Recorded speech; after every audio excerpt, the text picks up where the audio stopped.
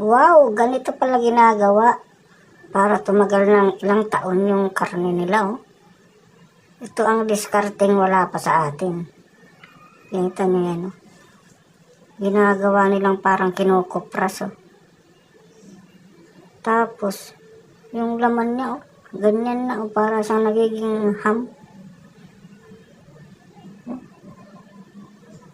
Tapos, pwede nang kainin.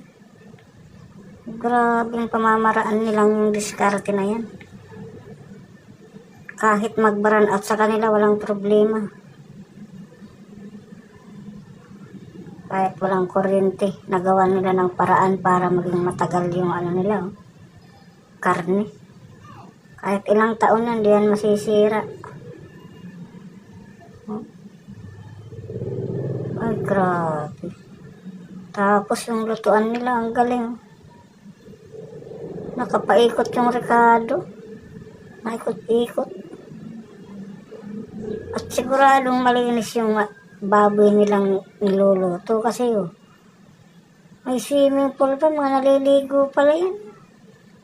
Mas maganda ito, oh. Nag-i-enjoy pa yung mga alaga. Grabe mga idea talaga nila sa ibang bansa, ang gagaling.